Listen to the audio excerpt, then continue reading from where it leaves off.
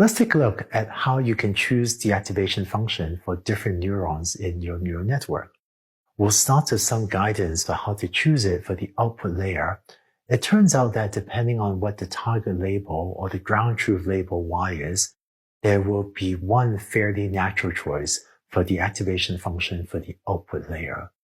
And we'll then go and look at the choice of the activation function also for the hidden layers of your neural network. Let's take a look.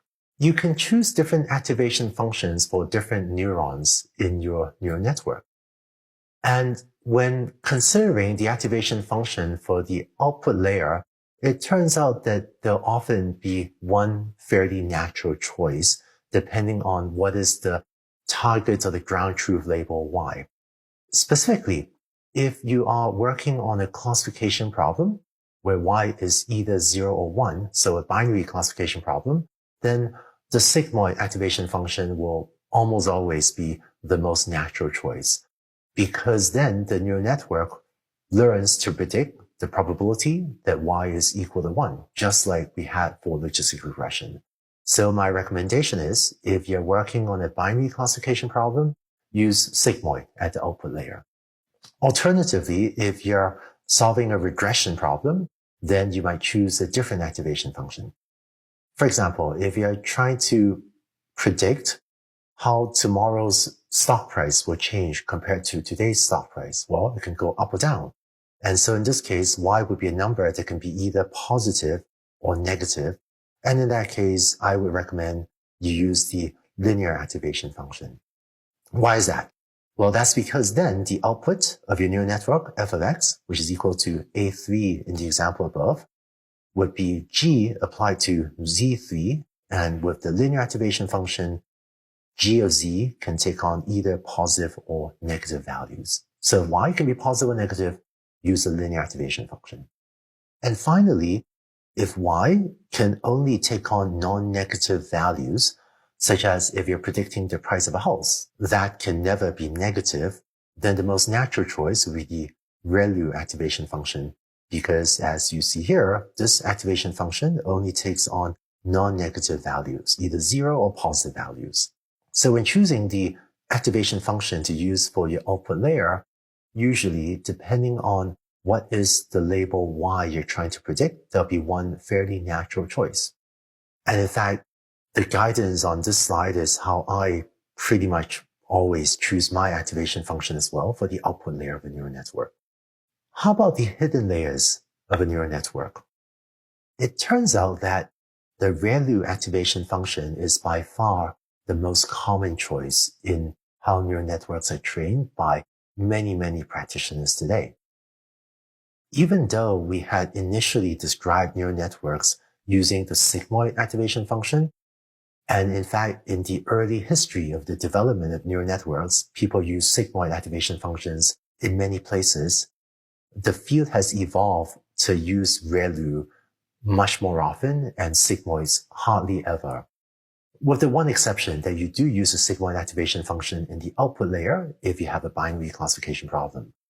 So why is that? Well, there are a few reasons.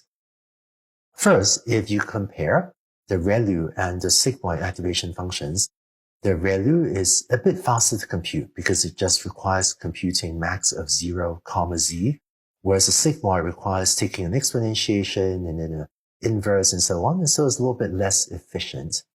But the second reason, which turns out to be even more important, is that the ReLU function kind of goes flat. Only in one part of the graph, here on the left, is completely flat. Whereas the sigmoid activation function, it kind of goes flat in two places. It goes flat to the left of the graph, and it goes flat to the right of the graph. And if you're using gradient descent to train a neural network, then when you have a function that is flat in a lot of places, gradient descent will be really slow. I know that gradient descent optimizes the cost function J of WB rather than optimizes the activation function, but the activation function is a piece of what goes into computing, and that results in more places in the cost function J of WB that are flat as well and with a small gradient, and it slows down learning. I know that was just an intuitive explanation, but researchers have found that using the ReLU activation function can cause your neural network to learn a bit faster as well, which is why for most practitioners, if you're trying to decide what activation function to use for the hidden layer, the ReLU activation function has become now by far the most common choice.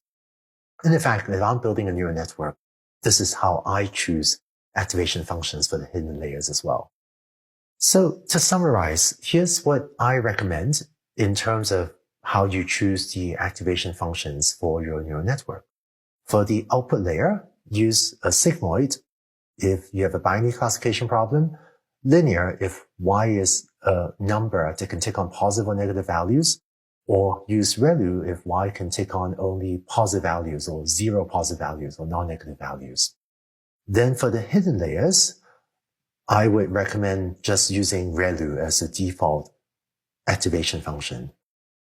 And in TensorFlow, this is how you would implement it.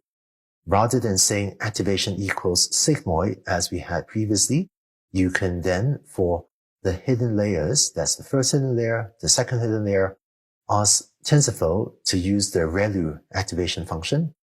And then for the output layer, in this example, I've asked it to use the sigmoid activation function. But if you want it to use the linear activation function instead, that's the syntax for it. Or if you wanted to use the ReLU activation function, that shows the syntax for it. With this richer set of activation functions, you'll be well positioned to build much more powerful neural networks than just ones using only the sigmoid activation function. By the way, if you look at the research literature, you sometimes hear of authors using even other activation functions, such as the tanh activation function, or the leaky ReLU activation function, or the swish activation function. Every few years, researchers sometimes come up with another interesting activation function, and sometimes they do work a little bit better. For example, I've used the leaky ReLU activation function a few times in my work, and sometimes it works a little bit better than the ReLU activation function you learned about in this video. But I think for the most part, and for the vast majority of applications, what you learned about in this video would be good enough. Of course, if you want to learn more about other activation functions, feel free to look on the internet. And there are just a small handful of cases where these other activation functions could be even more powerful as well. With that, I hope you also enjoy practicing these ideas, these activation functions in the optional labs and in the practice labs. But this raises yet another question. Why do we even need activation functions at all? Why don't we just use the linear activation function or use no activation function anywhere? It turns out this does not work at all. And in the next video, let's take a look at why that's the case and why activation functions are so important for getting your neural networks to work.